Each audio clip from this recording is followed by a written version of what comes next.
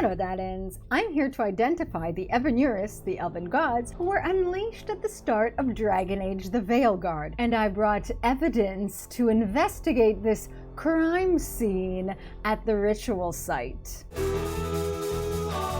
In 2020, BioWare teased the two Evanuris who would be unleashed. T with tentacles and algae. I believe this could be Ghilanane. Ghilanane is the mother of the Hala, but also of monsters. In Tevinter Nights, in the short story The Horror of Hormak by John Epler, it is described on the mosaics, the same symbol, the horns of a Hala, repeated on each column, marking these monsters who drink from gray goop with green lyrium hanging over it that drips into it, transforming them into insectile and reptilian monsters. Another interesting passage is when the character Jovis says, "She cannot have it, not again, locked for a reason," indicating Ghilanane, who is an Evanuris, locked away for a reason. Another important detail from that story is that the pool smells of brine, which is fully concentrated salty water, seawater. Over here, we have a creature in the sea, a giant sea creature. Oh, and by the way, I think it's safe to assume that the Evanuris have been transformed into demons, corrupted and become demons, kind of like the librarians in Trespasser. The same T-shaped headpiece with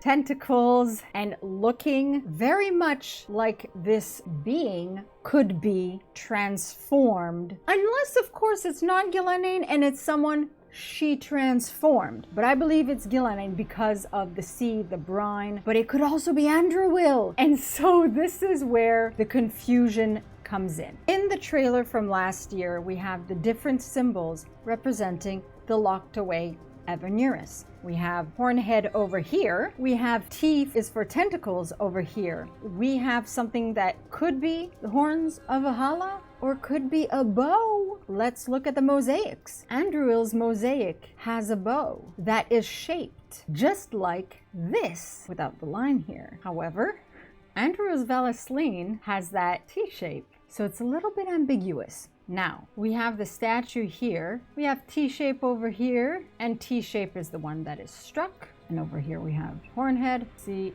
Ghilanene's Valasleen, the simple one, is the horns. So then this symbol is either Ghilanane or Andruil, and this symbol is either Ghilanane or Andruil. But because of Tevinter Nights, because of the brine, I'm thinking logically Ghilanane. She's a monster herself. Unless she experimented on Andruil and turned Andruil into one of her monsters. But then there's this statue of Falondine that looks a bit similar, and Falondine could have been one of Ghilanene's experiments as well. And then if this is Falondine and the other is Dirthamen, then it's the twins. And that would make sense. But they established Ghilanene's monsters, so Ghilanane would also make sense. In the missing, there's this mural. Two female Evanuris, one with the T-head and another one with this one. So that's why I don't think it would be Falondine. I believe that it is a female Evanuris. Plus, the Veilguard is an anagram for evil daughter, a daughter of Mythal. Either Ghilanane or Andruil. Let's look at Hornhead.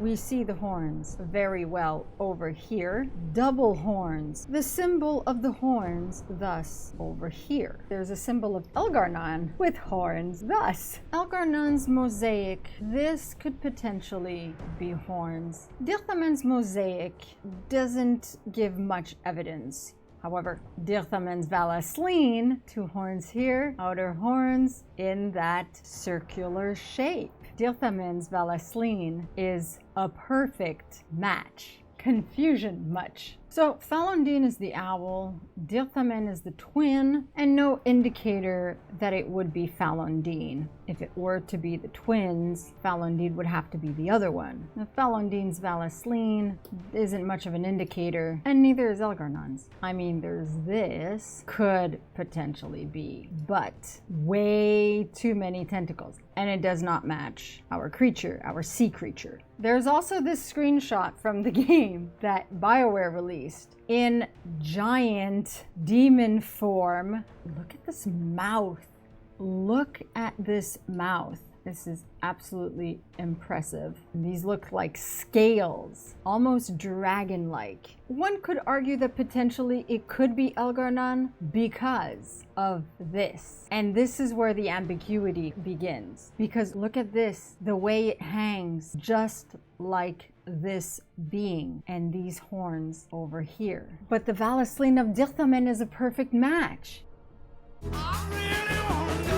I would like to believe that it could potentially be Ghilanane because they established her monsters, but they established her monsters. And it is the beings transformed into monsters that smell of brine. I would prefer for it to be Ghilanane so that we can deal with her because of what she did to transform beings into monsters. So let's deal with her. Personally, I believe that it would make more sense for Dirthamen to be with his twin, Falondine. If the Evanuris are the old gods as a double blight, if not in some other form. Also, if it is Elgar'nan, Mithal's reckoning against her husband, so that would be an epic fight whether Mithal is there herself or not. Mithal resides in Solas either way. T is for tentacles. I'm calling Ghilanane.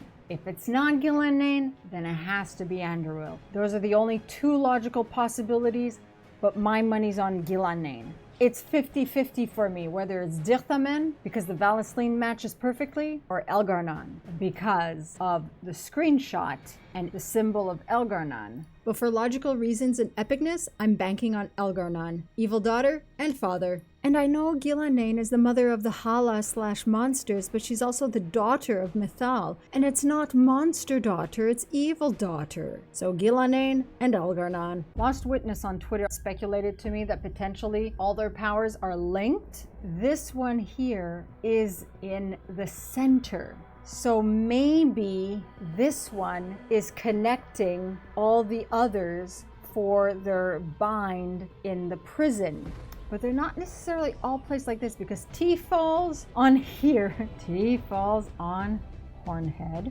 And Solas stops using his cutlass, cutting the veil. I am wondering if any of the other Evanuris have also been unleashed. Who do you think T is for tentacle is and Hornhead is? Ghilanane or Andruil? Dirthamen or Elgar'nan? Either way, whether I'm right or wrong, at least 2 elven gods have been unleashed. I think it's time Theodosians said their prayers.